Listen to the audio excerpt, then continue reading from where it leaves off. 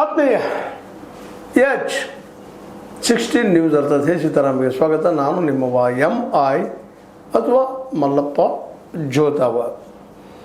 ಆತ್ಮೀಯರೇ, ನಮ್ಮ ಮೋದಿಯವರು ಹೌದು ಆರ್ಥಿಕ ಸಂಕಟದ ನಿಶ್ಚಿತವಾಗಿ ಈ ಸಾಕಷ್ಟು ಹೇಳ್ತಾನೂ ಬಂದಿದ್ದೀವಿ ನಾವು. ಅದೇ ಕಾಲಕ್ಕೆ ಅನೇಕ ಮೀಡಿಯಾಗಳು ಈ ವಿಷಯದ ಚರ್ಚೆ ಮಾಡಿದಾವೆ, ತಜ್ಞರು ಚರ್ಚೆ ಮಾಡಿದ್ದಾರೆ. ಆದರೆ ಇಲ್ಲಿವರೆಗೆ ಏನೂ ಮಾತನಾಡಲಾರದಂತಹ ಎಲ್ಲನೂ ವೈಭವಪೂರ್ಣದ ಜಗದಲ್ಲಿ ನಾವು 3ನೇ ನಂಬರ್ ಓಡ್ತಾ ಇದ್ದೀವಿ ಶ್ರೀಮಂತರಾಗಿ ಅಂತೇಳುವಂಥ ಒಂದು ಮೋದಿಯವ್ರ ಸರ್ಕಾರ ಇವತ್ತು ಏಕಾಏಕಿ ಈಗ ನಿನ್ನೆ ನೀವು ನೋಡಿದ್ದೀರಿ, ಸಾಕಷ್ಟು ಚರ್ಚೆ ಆಗ್ಯದ.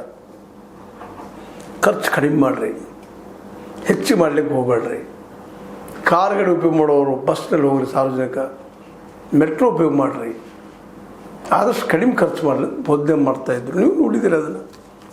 ಎಣ್ಣೆ ಖರ್ಚು ಉಳಿಸ್ರಿ, ಪೆಟ್ರೋಲ್ ಕಳಿಸ್ರಿ, ತಿನ್ನುವ ಖಾದ್ಯಾನ ಸಹಿತ ತಿನ್ನುವ ಎಣ್ಣೆ ಬಂತು, ಶೇಂಗಾ ಎಣ್ಣೆ ಬಂತು, ಮತ್ತಾವ ಎಣ್ಣೆ ಬಂತು, ಸನ್ಫ್ಲವರ್ ಬಂತು, ಅವುಗಳನ್ನು ಕಡಿಮೆ ಮಾಡಿರಿ.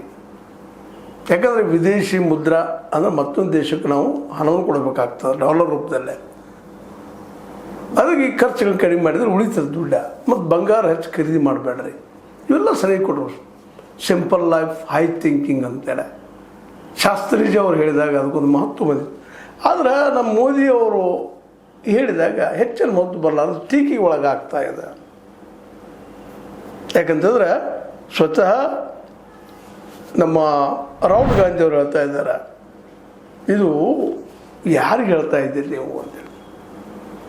ಯಾಕಂತಂದ್ರೆ ವೆಚ್ಚ ತಗ್ಗಿಸ್ರಿ ಮಾಡಿ ಹೇಳೋದಿದ್ರ ಅರ್ಥ ಏನಪ್ಪ ಅಂದ್ರೆ ಆರ್ಥಿಕ ವ್ಯವಸ್ಥೆ ದಿವಾಳಿ ಎದ್ದದಪ್ಪ ದೇಶದ್ದು ಅಂತ ಹೇಳಿದಂಗೆ ಒಪ್ಪಿಕೊಳ್ತಾ ಇದ್ದೀರಿ ಅಂತೇಳಿ.